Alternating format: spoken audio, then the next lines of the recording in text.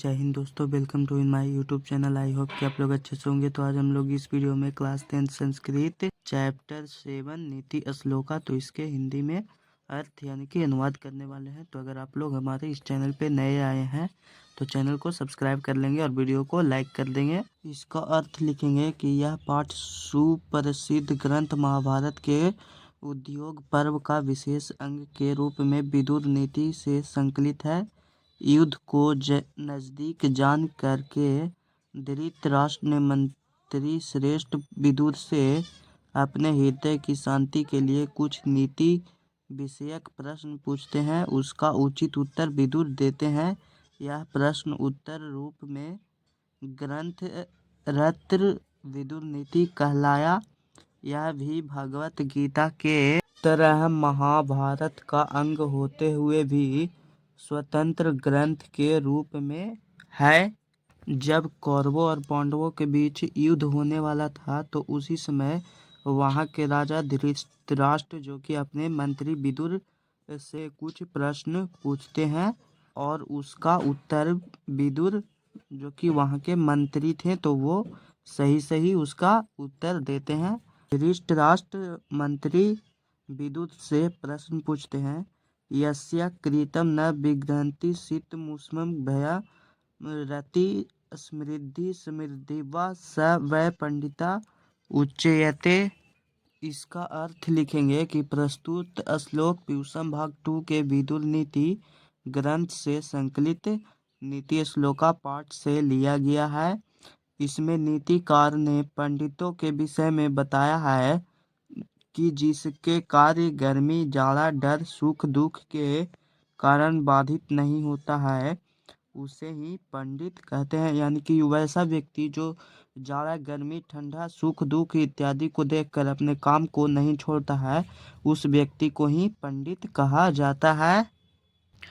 दूसरा श्लोक है, तत्वज्ञ सर्वभूतानां योग्य सर्वकर्मणां उपायज्ञो मनुष्याणां नरः पंडित उच्यते। इस श्लोक का अर्थ लिखेंगे कि प्रस्तुत श्लोक पीयूषम भाग 2 के विदुर नीति ग्रंथ से संकलित नीति श्लोक पाठ से लिया गया है, जिसमें नीतिकार पंडितों के विषय में बताना चाहते हैं कि जो सभी प्राणियों के रहस्यों को जानने वाला, सभी कार्य कौशल और कर्मों को अभ्यास करने वाला तथा मनुष्यों में उपायों को जानने वाला मनुष्य को ही पंडित कहा जाता है। यानी कि पंडित उस व्यक्ति को कहा जाता है जो सभी प्राणियों के रहस्यों यानी कि उनके मन की बात को जानता है, सभी कार्य कौशल और कर्मों में अभ्यास करता है यानी कि जो ज़्यादा से ज़्यादा प्रैक्टिस करता है, कार्य करता है, तथा जो मनुष्यों में उपाय को जानता है यानी कि जैसे कोई बाधा आ गया तो उसका निवारण क्या है उसी को उपाय बोलते हैं, तो उस मनुष्य को ही पंडित कहा जाता है। तीसरा श्लोक है, अनातु प्रविष्टि अपृष्टो बहुभास्ते अविश्वस्ते विश्वसिति मूढ़चेता नराधमा। इसका अर्थ लिखेंगे कि प्रस्तुत श्लोक पीयूषम भाग 2 के विदुर नीति ग्रंथ से संकलित नीति श्लोक पाठ से लिया गया है, जिसमें नीतिकार ने मनुष्यों के लक्षणों पर प्रकाश डाला है। नीतिकार का कहना है कि जो व्यक्ति बिना बुलाए किसी के यहाँ चले जाते हैं यानी कि बिना बुलाए ही किसी के यहाँ प्रवेश कर जाता है, कहीं भी प्रवेश करता है, तथा जो बिना पूछे बहुत बोलता है, जो विश्वास न करने वालों पर विश्वास करता हो उस व्यक्ति को ही मूर्ख कहते हैं। यानी कि वैसे व्यक्ति को मूर्ख कहा जाता है जो व्यक्ति जिसको हमने नहीं बुलाया और वो बिना इनवाइट के ही आ गया, और दूसरा कि जिससे हमने कुछ पूछा नहीं वो व्यक्ति ज़्यादा बोलता है उसको, और तथा जिस व्यक्ति पर विश्वास नहीं करना चाहिए उस व्यक्ति पर विश्वास कर लेता है तो उस व्यक्ति को मूर्ख कहा जाता है। चौथा श्लोक है, एको धर्म परम श्रेयस क्षमैका शांति रुत्तमा विदयका परमा तृप्ति अहिंसा का सुख वाहा। इस श्लोक का अर्थ लिखेंगे कि प्रस्तुत श्लोक पीयूषम भाग 2 के विदुर नीति ग्रंथ से संकलित नीति श्लोक पाठ से लिया गया है। इस श्लोक के माध्यम से धर्म, विद्या, क्षमा और अहिंसा के महत्व पर प्रकाश डाला गया है। एक ही धर्म पर रहना परम श्रेष्ठ और श्रेयस्कर होता है। क्षमा से उत्तम शांति की प्राप्ति होती है। विद्या से परम तृप्ति की प्राप्ति होती है तथा अहिंसा से परम सुख की प्राप्ति होती है। आप लोग इसका अर्थ लिख लेंगे। 5 नंबर श्लोक है त्रिविधम नरकयेस्तम द्वारम नाशनमात्मनः काम क्रोधस्थ तथा लोभस्थ मादे त्रयम् त्यजेत। इसका अर्थ लिखेंगे कि प्रस्तुत श्लोक प्यूषम भाग 2 के विदुर नीति से संकलित नीति श्लोक पाठ से लिया गया है, जिसमें नीतिकार ने मनुष्यों के लक्षणों पर प्रकाश डाला है। नीतिकार का कहना है कि नरक के 3 दरवाजा होते हैं, जिससे मनुष्य के खुद का नाश होता है। अतः नरक से बचने के लिए काम, क्रोध और लोभ को त्याग कर देना चाहिए। जैसे कि हमें ज़्यादा लोभ नहीं करना चाहिए और ज़्यादा किसी पर क्रोध नहीं करना चाहिए और ज़्यादा काम नहीं करना चाहिए कि हाँ हमें ये वस्तु प्राप्त करनी है तो करनी है, ऐसा नहीं होना चाहिए। ज़्यादा किसी वस्तु के पाने के लिए उस पर ज़्यादा काम नहीं करना चाहिए। इससे ही मनुष्य के खुद का नाश होता है। 6ठा श्लोक है षट दोषा पुरुष पेहेन हातव्या भूतिमिच्छता निद्रा तंद्रा भयम क्रोध आलस्य दीर्घ सूतता। इस श्लोक का अर्थ लिखेंगे कि प्रस्तुत श्लोक प्यूषम भाग 2 के विदुर नीति से संकलित नीति श्लोक पाठ से लिया गया है, जिसमें नीतिकार ने मनुष्यों के लक्षणों पर प्रकाश डाला है। नीतिकार का कहना है कि पुरुषों को अपनी इच्छा से 6 दोषों को निंद्रा, तंद्रा, भयम, क्रोध, आलस, दीर्घसूत्रता आदि का त्याग कर देना चाहिए। तो यहाँ पे 6 दोष कौन कौन से हैं? तो पहला है निंद्रा, जिसको ज़्यादा नींद आती है तो उसको त्याग करना चाहिए, यानी कि ज़्यादा नहीं सोना चाहिए। दूसरा है तंद्रा, यानी कि हमें चोरी, डकैती ये सब नहीं, लूटपाट नहीं करना चाहिए। और तीसरा है भय, यानी कि डर, हमें अपने अंदर से डर को बाहर निकाल कर फेंक देना चाहिए। फिर है क्रोध, यानी कि ज़्यादा हमें गुस्सा किसी के ऊपर या फिर अपने ऊपर नहीं करना चाहिए। फिर है यहाँ पे 5वां आलस, यानी कि हमें किसी भी काम को करने में आलसी या कामचोर नहीं होना चाहिए। फिर 6ठा है दीर्घ सूतता, यानी कि हमें ज़्यादा से ज़्यादा नहीं सोना चाहिए, बस हमें उतना ही सोना चाहिए जिससे कि हमारा तबीयत खराब ना हो, क्योंकि कम सोने से भी तबीयत खराब हो जाता है और ज़्यादा सोने से भी दिमाग भारी, यानी कि माइंड फ्रेश नहीं रहता है। तो इन 6 चीज़ों को हमें त्याग कर देना चाहिए। 7वां श्लोक है सत्येन रक्षते धर्मो विद्या योगेन रक्षते मृज्या रक्षते रूपम कुल वृतेन रक्षयते।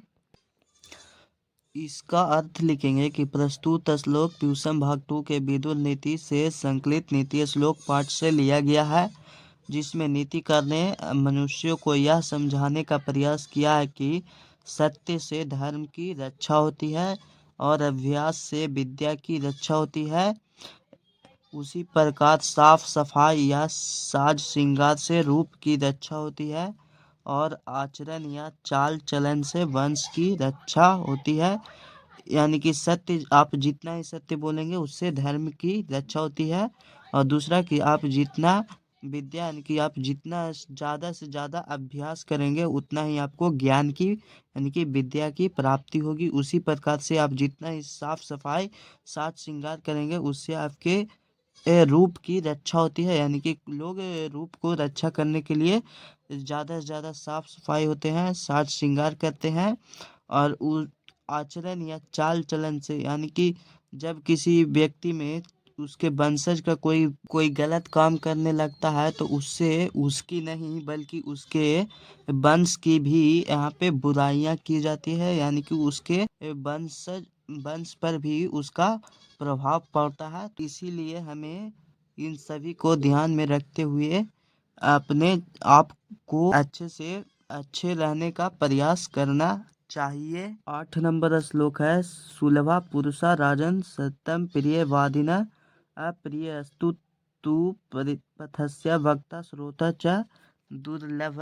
इसका अर्थ लिखेंगे कि प्रस्तुत श्लोक प्यूषम भाग 2 के विदुर नीति से संकलित नीति श्लोक पाठ से लिया गया है।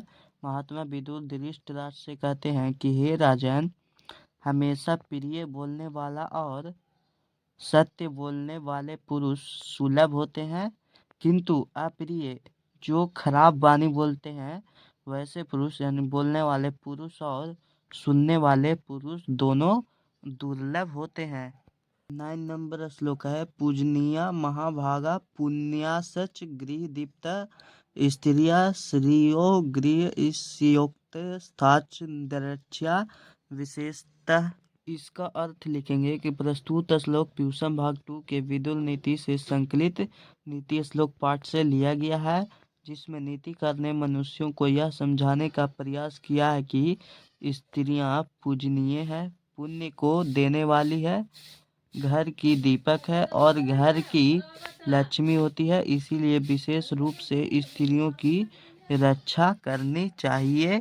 10 नंबर श्लोक है, अकृतिम विनयो हन्ति अनर्थ्या पराक्रमा हन्ति नित्यम क्षमा क्रोधमाचारो हनन्त्या लक्षणम। इस श्लोक का अर्थ लिखेंगे कि प्रस्तुत श्लोक प्यूषम भाग 2 के विदुर नीति से संकलित नीति श्लोक पाठ से लिया गया है, जिसमें नीतिकार ने मनुष्यों को यह समझाने का प्रयास किया है कि अपस्य विनम्रता को मारता है, पराक्रम अनर्थ को मारता है, नित्य क्षमा क्रोध को मारता है। ठीक उसी प्रकार हमारा आचरण जो है वह हमारे अंदर के बुरे लक्षणों को मारता है। तो यहाँ तक सभी श्लोकों के अर्थ आप लोगों को बता चुके हैं कि मौखिक प्रश्नों को सॉल्व करने वाले हैं। तो अगर आप लोग हमारे इस चैनल पे नए आए हैं तो चैनल को सब्सक्राइब कर लेंगे और वीडियो को लाइक कर देंगे। तो चलिए वीडियो को स्टार्ट करते हैं। तो यहाँ पे पहला नंबर क्वेश्चन है, एक पदेन उत्तरम वदत, यानी कि एक पद में इसका हमें उत्तर बताना है। तो इसका क नंबर क्वेश्चन है कि विदुर का आसित, यानी कि विदुर कौन थे। इसका आंसर लिखेंगे कि मंत्री, विदुर वहाँ के मंत्री थे। दूसरा क्वेश्चन है कि मूढ़ चेता नराधमा कस्मिन विश्वसिति, यानी कि मूर्ख लोग होते हैं वह किस पर विश्वास करते हैं। तो अविश्वस्ते, यानी कि जिस पर विश्वास नहीं करना चाहिए उस पर ही वे लोग विश्वास कर लेते हैं। अगला क्वेश्चन है कि उत्तमा शांति का, यानी कि उत्तम शांति क्या है। तो क्षमा उत्तम शांति होता है। अगला क्वेश्चन है कि का परमा तृप्ति, यानी कि सबसे परम तृष्टि यानी कि श्रेष्ठ तृप्ति क्या है। तो विद्या सबसे श्रेष्ठ धन माना जाता है इसको। नरकस्या कियद द्वारम परिगणितम, यानी कि नरक के कितने द्वार होते हैं जिसको त्याग देना चाहिए। तो त्रीनी, तीन दरवाजे होते हैं नरक के जिसको हमें त्याग देना चाहिए। काम, क्रोध और लोभ, ये तीनों नरक के दरवाजे होते हैं। अगला क्वेश्चन है कि विद्या के न रचते, तो योगेन, यानी कि विद्या की रक्षा किससे होती है। तो योग से विद्या की रक्षा होती है। फिर है कि विनय कम हंति, विनय किसको मारता है। विनय आकृति को मारता है। दूसरा नंबर क्वेश्चन है श्लोकासाम योजितवा, यहाँ पे जो श्लोक दिया गया है वह इसको हमें पूर्ण करना है। तो ये देखिए यहाँ पे क नंबर क्वेश्चन है, तो इसका पूर्ण लिखेंगे कि त्रिविधम नरकेश्यम द्वारम नाशनम आत्मन काम क्रोधस्ता लोभ अस्त मादेत त्रयम त्यजेत। फिर दूसरा है कि सत्येन रचते धर्मो विद्या योगेन रचते मृज्या रचते रूपम कुल वृत्तेन रच्यते। अब हम लोग इसके लिखित प्रश्नों को सॉल्व करने वाले हैं। तो यहाँ पे इसका पहला नंबर क्वेश्चन है, एक पदेन उत्तरम बदत, इसका भी उत्तर हमें एक पद में ही बताना है। तो इसका क नंबर क्वेश्चन है कि साम तत्व पंडित उचित है, यानी कि किस तत्व को पंडित कहा जाता है। इसका आंसर लिखेंगे सर्वभूता नाम, यानी कि सभी कर्मों और योगियों को जानने वाले को ही पंडित कहा जाता है। दूसरा क्वेश्चन है कि अनहातु का प्रवेशति, यानी कि कौन है जो कि बिना बुलाए प्रवेश करता है। तो मूर्खा।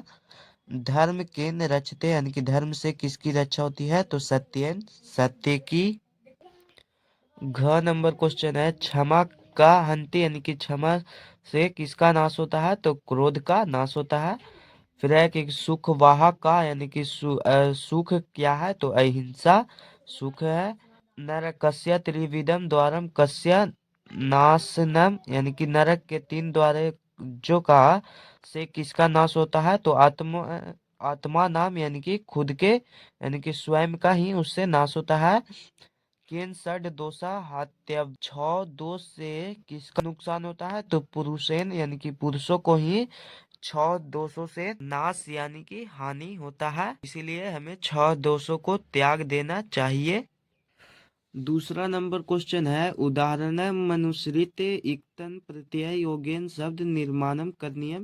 यहाँ पे देखिए दिया गया है तो भू जोड़ इक्तन, तो यहाँ पे इसका हो जाएगा भूति, तो उसी प्रकार से हमें इन सभी का बनाना है यहाँ पे। तो इसका तो देखिए यहाँ पे है गम जोड़ इक्तिन, यहाँ पे इसको इक्तिन पढ़ा जाता है, तो इसका हो जाएगा गति। फिर है सम जोड़ इक्तिन, तो इसका हो जाएगा शांति। त्रिप जोड़ इक्तिन, तो इसका हो जाएगा तृप्ति। रम जोड़ इक्तिन रति। श्रम जोड़ इक्तिन शांति। सम जोड़ श्री जोड़ इक्तिन समृद्धि। वृद्ध जोड़ इक्तिन वृद्धि। नी जोड़ इक्तिन नीति। हन जोड़ इक्तिन हंति। क्री जोड़ इक्तिन कृति। तीसरा नंबर क्वेश्चन है उदाहरणम अनुसारम वाच्य परिवर्तन करो, तो यहाँ पे जो उदाहरण दिया गया है उसी के अनुसार हमें वाच्य परिवर्तन करना है। तो यहाँ पे देखिए प्रश्न दिया गया है, तो यहाँ पे इसका क नंबर क्वेश्चन है पराक्रमा अनर्थम हंति, तो इसको जगह पराक्रमेन अनर्थ हंति। फिर है क्षम्या क्रोधा हन्यते, तो इसको जगह क्षमा क्रोध हंति। फिर है कि योगा विद्याम रक्षति, तो इसको जगह योगेन विद्याम रक्ष्यते। है कि मृज्या रूपम रक्ष्यते, तो इसको जगह मृज्या रूपम रक्षति। आचारेण अलक्षणम हन्यते, तो इसको जगह आचारण अलक्षणम हन्ति। मया ग्रंथ पठ्यते, तो इसको जगह मह्यम ग्रंथ पठामि। 4 नंबर क्वेश्चन है पूर्ण वाक्यन उत्तरम लिख, जो यहाँ पे क्वेश्चन दिया गया है उसका उत्तर हमें पूर्ण वाक्य में देना है। तो क नंबर क्वेश्चन है पुरुषेन के षड दोषा हात्यव्या, यानी कि पुरुष के 6 दोष कौन कौन से हैं जिससे उसका ही नाश होता है यानी कि उसको हानि होता है। इसका उत्तर लिखेंगे कि पुरुषेन निंद्रा तंद्रा भयम क्रोधम आलस्यम दीर्घ सुतताम षड दोषा हतव्यामा, यानी कि ये 6 दोष हैं जिससे ही मनुष्यों का खुद का हानि होता है, यानी कि मनुष्यों को खुद इससे नुकसान होता है। फिर ख नंबर क्वेश्चन है कि पंडित का उच्यते, यानी कि पंडित किसे कहा जाता है, तो पंडिता सर्वभूता नाम तत्वज्ञ सर्वकर्मा नाम योग्य मनुष्य नाम उपायज्ञ नरः उच्यते, यानी कि पंडित उससे कहा जाता है जो सभी कर्मों में सभी तत्वों में और सभी योग्यों में मनुष्यों के उपायों को जानता है, उसे ही पंडित कहा जाता है। फिर है कि एक एव धर्म किम कथ्यते, यानी कि एक ही धर्म किसे कहा जाता है, तो एक एव धर्म परम श्रेय कथ्यते, यानी कि एक ही धर्म पर स्थित रहना एक परम श्रेष्ठ धर्म कहलाता है। अगला क्वेश्चन है नरकस्य कानि त्रीनि द्वाराणि सन्ति, यानी कि नरक के 3 दरवाजे कौन कौन से होते हैं, तो नरकस्य काम क्रोध च लोभ इति त्रीनि द्वाराणि सन्ति, यानी कि नरक के काम क्रोध और लोभ ये 3 दरवाजे होते हैं। अगला क्वेश्चन है कस्य कस्य च वक्ता श्रोता च दुर्लभा, तो अप्रियस्तु पथस्य वक्ता श्रोता च दुर्लभा।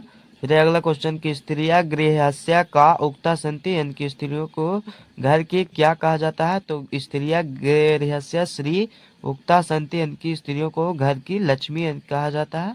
फिर अगला क्वेश्चन की कुलम के रचते, यानी कि वंश की रक्षा किससे होती है, तो इसका उत्तर लिखेंगे कि कुलम वृतेन रचते, यानी कि आचरण या फिर चाल चलन से वंश की रक्षा होती है। 5 नंबर क्वेश्चन है निम्नांकित पद है एक एक वाक्य रचत, यहाँ पे जो पद दिए गए हैं उससे हमें एक एक वाक्य का निर्माण करना है। तो इसका पहला है उच्यते, तो इसका लिखेंगे कि विद्वान जन एक पंडित उच्यते, कि विद्वान लोगों को एक पंडित कहा जाता है। त्यजते इनकी त्यागना, तो जनन नाम मिथ्या त्यजते, लोगों को गलत बातें त्याग देना चाहिए।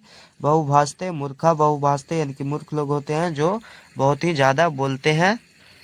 फिर है विश्वसीति, यानी कि विश्वास की तो मूर्खेन न विश्वसिति, मूर्ख लोग हैं जो विश्वास नहीं करते हैं। वर्तते मतलब है, तो भारत अस्माकं देश वर्तते, भारत हमारा देश है। विगहन्ति यानी कि हानि, तो यस्य कार्य का अथि न विज्ञानती यानी कि हमें ऐसा कार्य नहीं करना चाहिए जिससे खुद का ही हानि हो। रक्षा यानी कि रक्षा, तो स्त्रियां रक्षा विशेषता कर्तव्य, स्त्रियों की रक्षा विशेष रूप से करना चाहिए यानी कि कर्तव्य है। यहाँ पे सारे क्वेश्चन सॉल्व हो चुके हैं और अभी तक आप लोग इसके हिंदी में अर्थ नहीं देखे हैं तो जाकर देख लेंगे, उसका भी लिंक डिस्क्रिप्शन बॉक्स में दे दिया गया है। और इसके अगले चैप्टर 8 कर्मवीर कथा, तो उसका भी हिंदी में अर्थ नहीं देखे हैं तो उसका भी लिंक डिस्क्रिप्शन बॉक्स में दे दिया गया है। आप सबका अपना YouTube channel online study classes, धन्यवाद।